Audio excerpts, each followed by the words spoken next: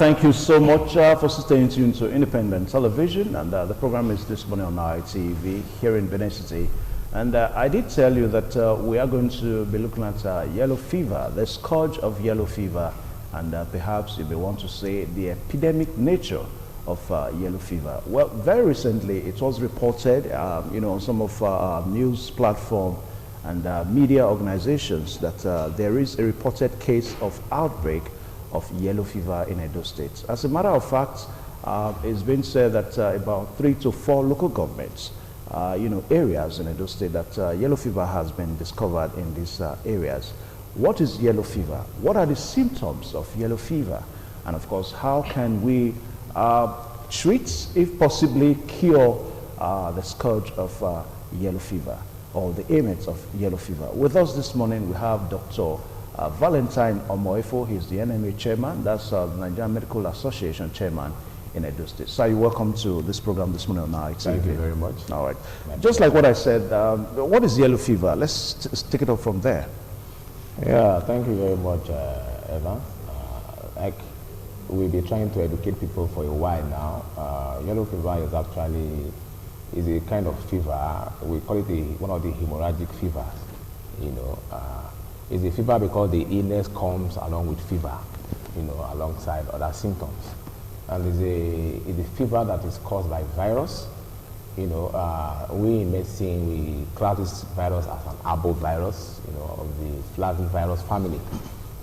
And it's a fever that comes with so many other symptoms. And like we said, the symptoms can be misleading initially for you to believe that it's just malaria or some other thing that can also cause fever. Until the other serious symptoms starts to manifest, and and it can be fatal in some cases. Like in the state, we've lost some people. About 6 deaths have been confirmed, to be due to Lassa fever in this current outbreak. That's yellow fever. Yes. And like we know, this virus that causes the fever is transmitted by as simple as mosquito. There's a particular type of mosquito known as the Egypti. If it bites someone who's infected and it bites another person, it transmits the disease. And in summary, that is yellow fever. And the symptoms you can find, initially, it may begin with very simple symptoms like fever, weakness, joint pain, muscle pain, abdominal pain. And these symptoms will come about 3 to 6 days after the person has been, bitten by the mosquito. That's the incubation period for the virus. And some people will recover after this period. Some people who have strong immunity may not even have symptoms, And after this initial period, they may progress to a more chronic phase of the illness, where they have, severe jaundice, that's yellowness of the eyes. This jaundice can also be seen on the skin, if it's severe enough, and for light-skinned people. They have jaundice, they have things like severe stomach pain. Fever become very intense. They begin to bleed from the nose, the mouth, and other orifices, even to the abdominal cavity. They begin to vomit blood. Some of them will come down with complications like renal failure. Some will have things like seizures, CNS, attestation, and all that. So these are some of the symptoms that can come along with the disease. Okay. Now, you just said that it's a viral disease. Now, we do know that most viral diseases, that they are highly, very hard to cure, so to say. And you do contact them through body fluid and all that. But unlike the yellow fever, I hear that it's not infectious. What I mean is that you cannot transmit it to a non-sufferer, maybe through sex, through some other body fluid exchange, except there has to be a mosquito bite. Is that correct? Yes, you're very correct. Even though it's a viral infection, the mode of transmission is very clear. It's through the mosquito infestation. Because this virus originally, occurred in some monkeys, some breeds of monkeys, and mosquitoes that bite those monkeys can transmit it, to other monkeys and the people who move around in the forest, like hunters, farmers, and all that. That's the wide, affectation of the disease. And some of these people, when they get to town, they can also transmit to their other neighbors or people around them. by mosquito biting them too. And while we are worried also, it can also happen in rural areas, it can happen in town, in urban areas like this.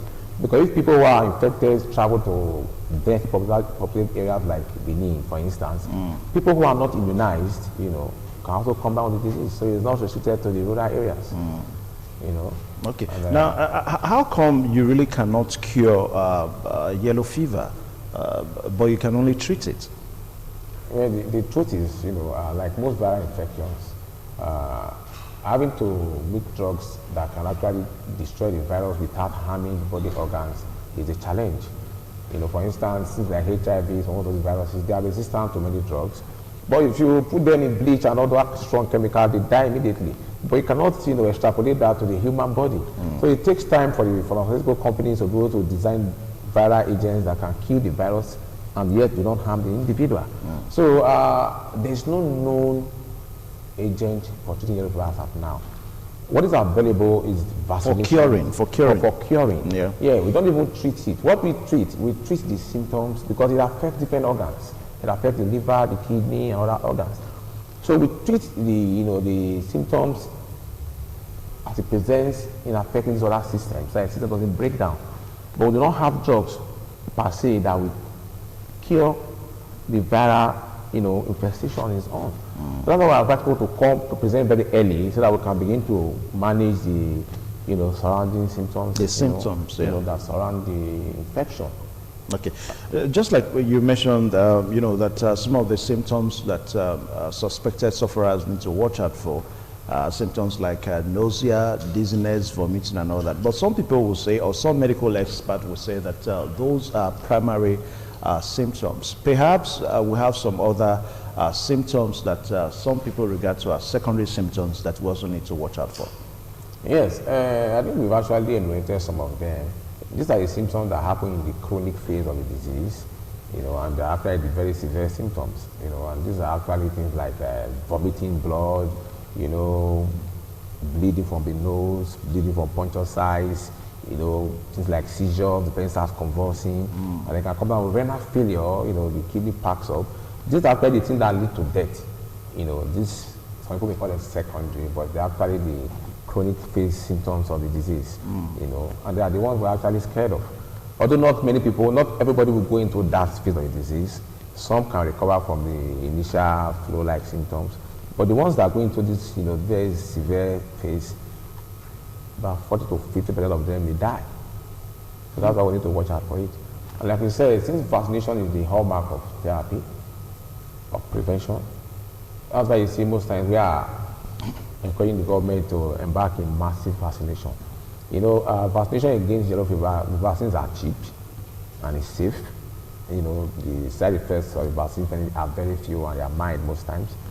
Although today we have this vaccination for yellow fever as part of the childhood immunization schedule. Okay, just hold on. Before we talk about the vaccinations and advice to viewers out there. Now, you've talked about the symptoms and the mode of transmission, that has to be a mosquito bite. A mosquito bite has to be involved. A specific mosquito, not just any mosquito. Okay, now let's look at like for how many days can somebody have it and some of these symptoms begin to manifest? Yeah, like I said, between 3 to 6 days, you know, that's the incubation period of the disease. Okay. After about 3 to 6 days, you begin to feel the initial symptoms, which we discussed.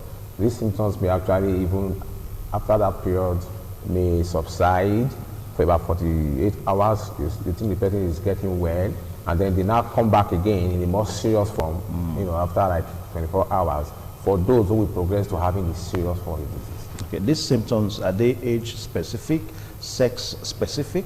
No, the symptoms or gender specific? They are not related to age. But we know also that because of immunity, you know, the symptoms, you know, the disease may affect, you know, be more severe in elderly people, maybe above 60, you know, maybe children even below 6 months. Even these other people do not want to even immunize in a hurry, you know, because they have low immunity. But apart from that, the symptoms are the same in everybody. Okay. Okay, just like what I said earlier on, that there are reported cases of that has been discovered. There is an outbreak in about 3 to 4 local governments in Edo State, Uhunde, Eastern Central, Eastern Southwest, and of course one of the local governments, I think somewhere around Edo North, you know. Now, you as a body, I mean the chairman of NMA, what is the NMA doing? Maybe partnering with the state government to ensure that this does not spread? Now, see, the NMA, like we know, is a focal point for health in the state. When this outbreak occurred, the most important thing we did first was to try and enlighten the public. First and foremost, let them know that this disease is with us. There is an outbreak. Because for a disease like yellow fever, one confirmed episode is enough to name it cause this scare. No, it's enough to qualify it as an outbreak. It's that bad. And we needed to come out to enlighten the people, you know, to create the awareness that this is what is happening. And we needed to also be quick, because if you leave the information space vacant, a lot of people may take over, people who don't even have the information. Like we're already beginning to see some publications on the social media, people talking about yellow fever, something, one unknown disease has hit Edo State, you know. And this is like to throw the population into a panic. This again is not too healthy. So we've done a lot of enlightenment. Some of our members have been coming on air. I think the coordinator of Edo Central has come on air, you know. The deputy chairman, secretary have also come on air, and we did a press conference 2 days ago, you know, briefing the press, you know, on the outbreak of this disease, the symptoms, letting people know that you don't need to panic, you know, and run helter-skelter. All you need to do is recognize the symptoms. Yes, it exists, it's here with us. You know, although it's not the only state, it's also occurring currently in some other states in the country, about 6 to 7 states currently. Now we've just joined the league. Our people need to know that this disease is here. These are the modes of transmission. These are the things you can do to prevent yourself from being, you know, affected. You know, and apart from that, we have been in touch with the state government, the Ministry of Health, and to find out what they are doing. And we are happy with the initial response. You know, and we need to also monitor what they are doing. We need to encourage them that there's need to embark on massive vaccination. But let me quickly ask this question, because I do know that one of the health policy programs of the federal government is to ensure that children between the ages of 0 to 5 years are immunized against the 5 killer infant diseases, of which yellow fever is among. And to a very large extent, the issue of polio has been fought, you know, to a very commendable you know, extent in Nigeria. But how come we're still having this outbreak of yellow fever? Is it that the immunization policy program is really not being effective? Or what do you think is the problem? Well, actually, yellow fever has not always been among the childhood immunization in the coverage. Okay, but you know, it's a recent inclusion. Okay. Having said that, you know, yellow fever compared to things like polio, the reservoir of the infection are monkeys, like we said. Now, these monkeys are always there. You know, you cannot eradicate all the monkeys. You know, so you can, even if you, in some countries, like it's also prevalent in Central and some part of North America, they've tried to do some fumigation to clear mosquitoes of, you know, those areas where they have it, but they still come back. You see plants of them coming back. So it's not as easy to eradicate, particularly when the reservoir is still alive. The monkeys are around us. You know, so what we can do actually is to continue to do, like you said, the childhood immunization is ongoing. I think it's given to children about 9 months or thereabout, you know, they have a vaccine. But even this, we know there are problems. Not all parents want to take their children for immunization. We still have this social stigma here and there. Some people will tell you, no, the government is trying to poison us and all that. So these are part of the ongoing enlightenment we need to be doing. And whenever you have such outbreaks, you now do what we call massive immunization. In fact, the WHO specified that you should immunize about at least 80% of people who stay in that locality to be able to effectively curtail the spread in times of outbreak like this. Like in this recent outbreak now, in the 3 to 4 local government that is being discovered, what are the modalities put on ground to prevent this thing from being spread? Yes, first and foremost, when you hear of an incident like this, and once any case is confirmed, people go into the area to investigate. You know, there are people who are embodied with that task in the Ministry of Health to investigate these cases, to do contact tracing, know the area it came out from, the people involved, so you can apply immunization for people in that area. You know, I'm aware that the Center for Disease Control is also now involved, the federal government, WHO. So they are trying currently to mobilize vaccines, to the state, to effectively cover these areas where we've identified, this outbreak. But like I said, I know the vaccines available now are currently, they may not be enough. And so we'll continue to appeal to the government to do more mobilization to bring these vaccines out. The best you can do, and then you also encourage people to go to health facilities. They shouldn't believe that it's a spiritual problem, or somebody has afflicted them with this disease. They should come out, because first and foremost, when they go to the health facilities, it assists in contact tracing. We're able to know where they come from. We know where the disease, is occurring currently, and we know where to target, immunization responses. I know there are vaccines now are mobilized to the teaching hospital at Irua and some health centers, but like I said, they need more supplies. What supply they have will not be enough to go around to the people who are in those localities. Okay. Now, I was reading a piece a while ago, and the Commissioner of Health, Dr. David Osifo in Edo State, I was like saying that they are working with the NMA in Edo State, that's you people, to make sure that vaccination is ongoing. How true is that? And that vaccination is free. Is that correct? Yeah, the vaccination is entirely free. Like I said, the vaccines are cheap. But it's not that, vaccines are not drugs you just buy along the street corner. You need to work with partner agencies, WHO, UNICEF, to make these things available. And like I said, they usually come, in smaller quantities for the normal child immunity. But now we need larger quantities, larger supplies. So we need to intensify our request, at least, like I said, the samples have been sent to the WHO regional reference laboratories for confirmation. So they know that this is an outbreak is happening here in Nigeria. And before Edo State joined the list, I think about 4 states have been penciled down, for massive immunization before we recorded these incidents. Outbreak, yeah. I think Edo has been added to the list. So all we need to do, one, enlighten the people. They must know that this disease is here. They must know the symptoms, and they must know that they must act. When it comes to their doorstep, they must get help. And they must encourage people to be vaccinated, to be immunized. Because people are still scared of immunization. They think it's some magic, some drugs that is meant to reduce fertility and all that, to feed the children. So we must encourage our people to forget about those myths and come out and encourage people around them to also come out for immunization. That is our major role. Okay, apart from immunization as a way of treating the disease, the ailment, so to say, which other means do you think we can employ to treat yellow fever? Yes. Or to prevent yellow fever? In terms of prevention, we advise our people to, maintain a high hygiene conscious level. One, these mosquitoes, they breed around us every day. They breed in stagnant waters, water collection in drums, tanks that are exposed, left over time. So we advise people to ensure such water bodies around them are eradicated. You can clear your drains, let the water flow away. If you have some tanks around your house you're not using regularly, you can cover them. There are chemicals we call the larvicides. They kill the larvae of mosquitoes. You can put them in the tanks or the open water if you don't want to discard them, so that it prevents mosquito larvae from breeding in these tanks. Because if they don't breed, they don't. But not water that you consume.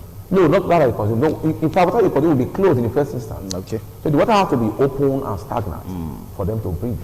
We're talking of when people just have some broken tanks around, maybe used for work doing manual job like building and all that, or some ponds, lakes. But I think we also need to emphasize that professionals, it's better to leave professionals to do this.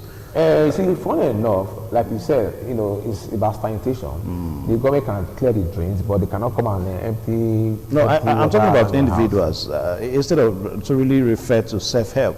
Because the way you are saying it now, somebody might just be watching and said, oh, Dr. Omoifo said it, that we should put water with chemicals and all that. No, so for these chemicals, there are also some that are available within your house. For instance, you can put kerosene, in some water. It creates a level that the larva cannot even breathe through, even if some oil, any oily substance. But you're not a professional on that, so let's be careful with the way we say it. No, you see, it's not a matter of, you see, there are people who do fumigation.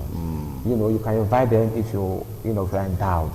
But if you are not, endowed financially to invite fumigators, there are local remedies you can employ. Let's leave at that now so that we don't suggest to people. So like what we are saying, so which other methods do you think we can really prevent, Well, apart from the one we just described, which I think we shouldn't prevent people from doing it because it helps. It's quite effective. You know, it's the teaching, the standard teaching, you know, for basic hygiene. If you have water around your area, you create a drain, let the water drain away. You don't need the government to come and do that for you. If your environment is hygienic, is clean, you don't have even containers that contain water, throw them away. Turn them upside down. I was actually talking on the use of chemicals. Yeah, the chemicals I'm talking about. If you cannot get the high quality ones, there are basic ones you can use in your house that are also very effective. You know, any oily substance, pour it in the water. Once the water solid is covered, the essence really for this is to prevent the larva from able to breathe, you know, and also mature and turn into mosquitoes. Yeah. You know, so it's not a high quality, it's something simple anybody can just do. Okay. Yes. So what apart from that, you can clear your surroundings, clear grasses around bushes where mosquitoes can hide. Because funny enough, this mosquito we're talking about bites mainly during the day. This particular species bites mainly during. That's why not at night like the regular mosquito. That's why using insecticide treated net may not be very effective in preventing this. You know, the Aedes aegypti is known to bite people mainly during the day, not at night. So people may also be able to get, should be advised to wear long clothes or cover most part of their body. People stay in those areas, you know, and they can use mosquito repellents. These are creams you can use to rub your body to prevent mosquitoes from biting you. You know, they are irritative to mosquitoes. You know, so these are some brief things people can also do to help themselves. You know, and it goes along with to prevent you from being bitten by mosquitoes. And what do you say the symptoms are again? Yes, the early symptoms. There are flu-like symptoms you can get in any condition like malaria, fatigue, fever, but the temperature is high. You have chills, joint pain, body pain, abdominal pain, some will vomit.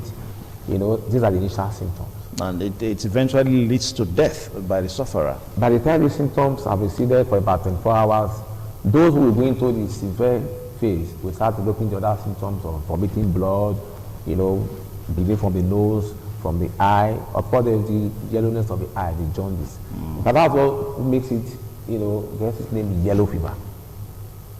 Because, you know, the eye is very yellow for people, for a layman, although we call it jaundice, it also affects the skin. You know, the hallmark of the disease. Okay.